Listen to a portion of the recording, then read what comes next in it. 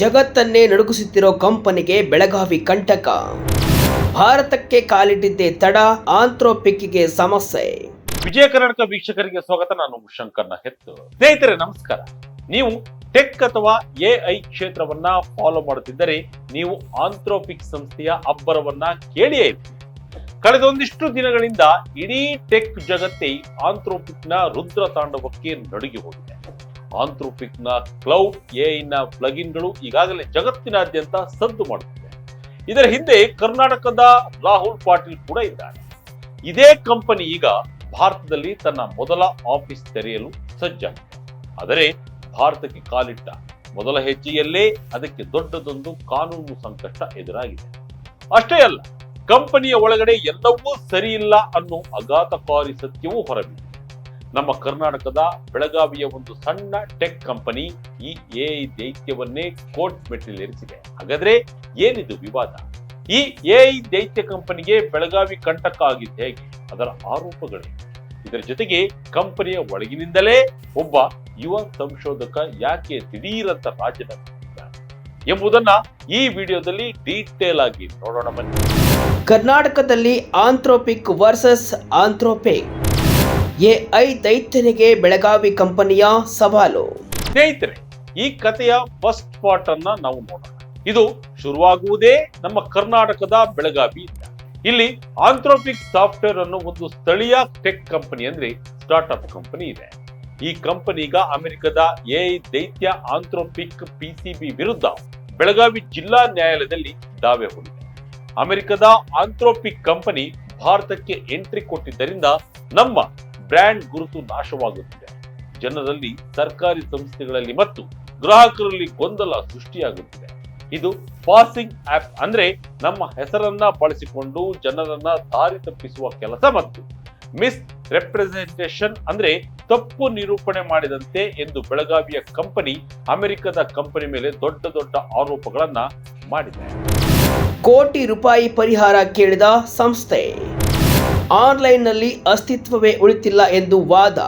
ಇದಕ್ಕಾಗಿ ಅಮೆರಿಕದ Anthropic company ಭಾರತದಲ್ಲಿ ಆಂಥ್ರೋಪಿಕ್ ಎಂಬ ಹೆಸರನ್ನ ಬಳಸದಂತೆ ಶಾಶ್ವತ ತಡೆಯಾಜ್ಞೆ ನೀಡಬೇಕು. ಈ ಹೆಸರಿನಲ್ಲಿ ನೀಡುತ್ತಿರುವ ಎಲ್ಲಾ ಸೇವೆಗಳನ್ನ ಹಿಂಪಡೆಯಬೇಕು ಮತ್ತು ತಮಗಾದ ನಷ್ಟಕ್ಕೆ 1 ಕೋಟಿ ರೂಪಾಯಿಯನ್ನ ಪರಿಹಾರ ನೀಡಬೇಕೆಂದು ಕೋರ್ಟ್ಗೆ ಮನವಿ ಮಾಡಿದೆ.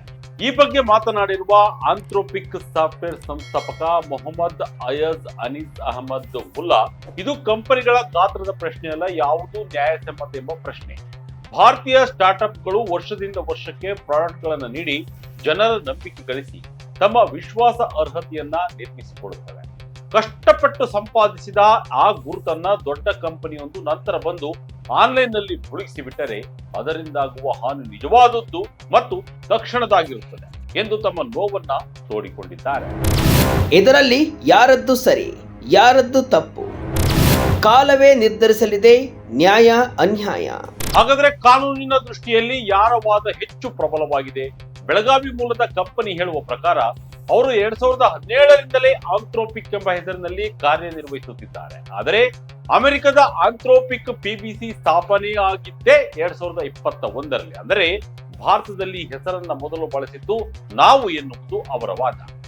ಈ ಕಂಪನಿ ಭಾರತದ ಗ್ರಾಮೀಣ ಮತ್ತು ಹಿಂದುಳಿದ ಪ್ರದೇಶಗಳಲ್ಲಿ ಶಿಕ್ಷಣ, ಸಂಪರ್ಕ ಮತ್ತು ಸುರಕ್ಷತಾ ವಲಯಗಳಲ್ಲಿ ಸರ್ಕಾರಿ ಸಂಸ್ಥೆಗಳು, ಶಿಕ್ಷಣ ಸಂಸ್ಥೆಗಳ ಜೊತೆ ಕೆಲಸ ಮಾಡುತ್ತಿವೆ. ಎಐ ಆಧಾರಿತ ಎಜುಕೇಶನ್ ಪ್ಲಾಟ್ಫಾರ್ಮ್, ವೈಫೈ ಸೇವೆಗಳು ಮತ್ತು ಡ್ರೈವಿಂಗ್ ಸೇಫ್ಟಿ ಸೊಲ್ಯೂಷನ್ಗಳನ್ನ ನೀಡುತ್ತಿದೆ. ಅಮೆರಿಕದ ಕಂಪನಿ ಬಂದ ಮೇಲೆ ಗೂಗಲ್ ಸರ್ಚ್ ಮಾಡಿದರೆ ಅಥವಾ ಯಾವುದೇ ಎಐ ಪ್ಲಾಟ್ಫಾರ್ಮ್ ನಲ್ಲಿ ಹುಡುಕಿದರೆ ದೊಡ್ಡ ಕಂಪನಿಯ ಹೆಸರೇ ಮೊದಲು ಕಾಣಿಸುತ್ತೆ. ಇದರಿಂದ ನಿಮ್ಮ ಆನ್ಲೈನ್ ಅಸ್ತಿತ್ವವೇ ಇಲ್ಲದಂತಾಗಿದೆ.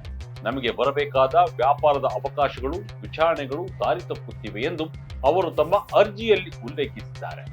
ಈ ಪ್ರಕರಣವನ್ನ ವಿಚಾರಣೆಗೆ ಕೈಗೆತ್ತಿಕೊಂಡ ಬೆಳಗಾವಿ ನ್ಯಾಯಾಲಯ ಜನವರಿ 20ರಂದು ಅಮೆರಿಕದ ಆಂಥ್ರೋಪಿಕ್ ಕಂಪನಿಗೆ ನೋಟಿಸ್ ಮತ್ತು ಸಮನ್ಸ್ ಜಾರಿ ಮಾಡಿದೆ. ಆದರೆ ಮಧ್ಯಂತರ ತಡೆಯಾಜ್ಞೆ ನೀಡಲು ನಿರಾಕರಿಸಿದೆ. ಸದ್ಯದ ಹಂತದಲ್ಲಿ ಪ್ರತಿವಾದಿಯ ವಾದವನ್ನ ಕೇಳದೆ ಏಕಪಕ್ಷೀಯವಾಗಿ ತಡೆಯಾಜ್ಞೆ ನೀಡುವಂತಹ ಯಾವುದೇ ತುರ್ತು ಅಪಾಯ ನಮಗೆ ಕಂಡು ಬಂದಿಲ್ಲ ಎಂದು ನ್ಯಾಯಾಧೀಶರು ತಮ್ಮ ಆದೇಶದಲ್ಲಿ ತಿಳಿಸಿದ್ದಾರೆ. ಆಂಥ್ರೋಪಿಕ್ ಒಳಗೆ ಎಲ್ಲವೂ ಸರಿ ಇಲ್ವಾ? ರಾಜೀನಾಮೆ ಪತ್ರದಲ್ಲಿ ಬಯಲಾಯಿತು ಸತ್ಯ. ಸ್ನೇಹಿತರೆ, ಒಂದೆಡೆ ಭಾರತದಲ್ಲಿ ಆಂಥ್ರೋಪಿಕ್ ವಿರುದ್ಧ ಕಾನೂನು ಹೋರಾಟ ಶುರುವಾಗಿದ್ದರೆ ಇನ್ನೊಂದೆಡೆ ಕಂಪನಿಯ ಒಳಗಡೆಯೇ ಒಂದು ದೊಡ್ಡ ನೈತಿಕ ಬಿಕ್ಕಟ್ಟು ಶುರುವಾದಂತೆ ಕಾಣುತ್ತಿದೆ. ಆಂಥ್ರೋಪಿಕ್ ಕಂಪನಿ ಜಗತ್ತಿನ ಅತ್ಯಂತ ಪ್ರತಿಭಾವಂತ ಎಐ ಸಂಶೋಧಕರನ್ನ ಹೊಂದಿದೆ. ಅವರಲ್ಲೊಬ್ಬರು ಮೃಣಾಂಕ್ ಶರ್ಮಾ. ಆಕ್ಸ್ಫರ್ಡ್ ನಿಂದ PhD, ಕೇಂಬ್ರಿಡ್ಜ್ ನಿಂದ ಮಾಸ್ಟರ್ಸ್ ಮುಗಿಸಿರುವ ಈ ಯುವ ಎಐ ಸೇಫ್ಟಿ ರಿಸರ್ಚರ್ ದಿಢೀರಂತ ಕಂಪನಿಗೆ ರಾಜೀನಾಮೆ ನೀಡಿ ಹೊರಬಂದಿದ್ದಾರೆ. ಅಷ್ಟೇ ಅಲ್ಲ, ಸೋಷಿಯಲ್ ಮೀಡಿಯಾದಲ್ಲಿ ಒಂದು ನಿಗೂಢ ಪತ್ರವನ್ನು ಕೂಡ ಹಂಚಿಕೊಂಡಿದ್ದಾರೆ. ಅವರ ರಾಜೀನಾಮೆ ಪತ್ರವನ್ನು ಸೂಕ್ಷ್ಮವಾಗಿ ಗಮನಿಸಿದ್ರೆ ಎರಡು ಮುಖ್ಯ ಕಾರಣಗಳು ಕಾಣಿಸುತ್ತವೆ. ಮೊದಲನೇದು, ಜಗತ್ತು ಅಪಾಯದಲ್ಲಿದೆ. ಕೇವಲ ಎಐ ಅಥವಾ ಜೈವಿಕ ಅಸ್ತ್ರಗಳಿಂದಲ್ಲ, ಬದಲಿಗೆ ಒಂದಕ್ಕೊಂದು ಸಂಬಂಧಿಸಿದ ಹಲವು ಬಿಕ್ಕಟ್ಟುಗಳಿಂದ ಅಪಾಯದಲ್ಲಿದೆ.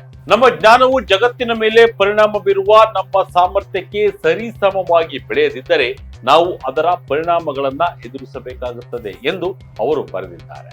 ಅಂದರೆ ಕೇವಲ ಎಐಯನ್ನ ಸರಿಪಡಿಸುವ ಬದಲು ಈ ಜಗತ್ತನ್ನ ಅರ್ಥ ಮಾಡಿಕೊಳ್ಳಲು ನಾವು ಕವಿತೆ ಸೇರಿ ಬರವಣಿಗೆಯತ್ತ ಮುಖ ಮಾಡುತ್ತಿದ್ದೇನೆ ಎಂಬುದು ಅವರ ನಿಲುವು.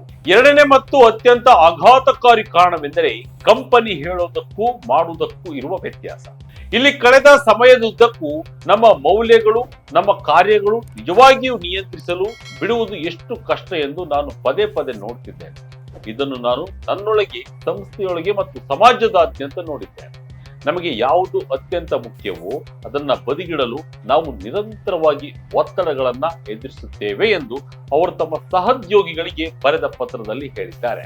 ಇದು ಆಂಥ್ರೋಪಿಕ್ನ ಸುರಕ್ಷಿತ ಎಐ ಎಂಬ ಇಮೇಜ್ಗೆ ದೊಡ್ಡ ಹೊಡೆತವನ್ನು ನೀಡಿದೆ. ಗೂಗಲ್ ಕಥೆಯೇ ಮರುಕಳಿಸುತ್ತಿದೆಯೇ? ಟೆಕ್ ದೈತ್ಯರ ನಿಜ ಬಣ್ಣ ಬಯಲಾಗುತ್ತಿದೆಯೇ? ಮೃಣಾಂಕ್ ಶರ್ಮಾ ಅವರ ಈ ನಡೆ ಈ ಹಿಂದೆ ಗೂಗಲ್ ನಲ್ಲಿ ನಡೆದಿದ್ದ ಡಾಕ್ಟರ್ ಟೂಮ್ನಿಟ್ ಗೆಬ್ರು ಪ್ರಕರಣವನ್ನ ನೆನಪಿಸುತ್ತದೆ. 2020ರಲ್ಲಿ ಎಐ ವ್ಯವಸ್ಥೆಗಳಲ್ಲಿನ ಪಕ್ಷಪಾತದ ಕುರಿತ ತನ್ನ ಸಂಶೋಧನೆಯ ವಿಚಾರವಾಗಿ ಗೆಬ್ರು ಅವರನ್ನ ಗೂಗಲ್ ನಿಂದ ಹೊರಹಾಕಲಾಗಿತ್ತು. ಅಂದಿನಿಂದ ಗೆಬ್ರು ಟೆಕ್ ಕಂಪನಿಗಳ ಬೂಟಾಟಿಕೆಯ ಕಟು ಟೀಕಾಗಾರರಾಗಿದ್ದಾರೆ. ಈಗ ಮೃಣಾಂಕ್ ಕೂಡ ಅದೇ ಹಾದಿ ಹಿಡಿದಿದ್ದಾರೆ. ಅವರು ತಮ್ಮ ಪತ್ರವನ್ನ ವಿಲಿಯಂ ಸ್ಟಾಫರ್ಡ್ ಅವರ ದಿ ವೇ ಇಟ್ ಈಸ್ ಎಂಬ ಕವಿತೆಯೊಂದಿಗೆ ಮುಗಿಸುತ್ತಾರೆ.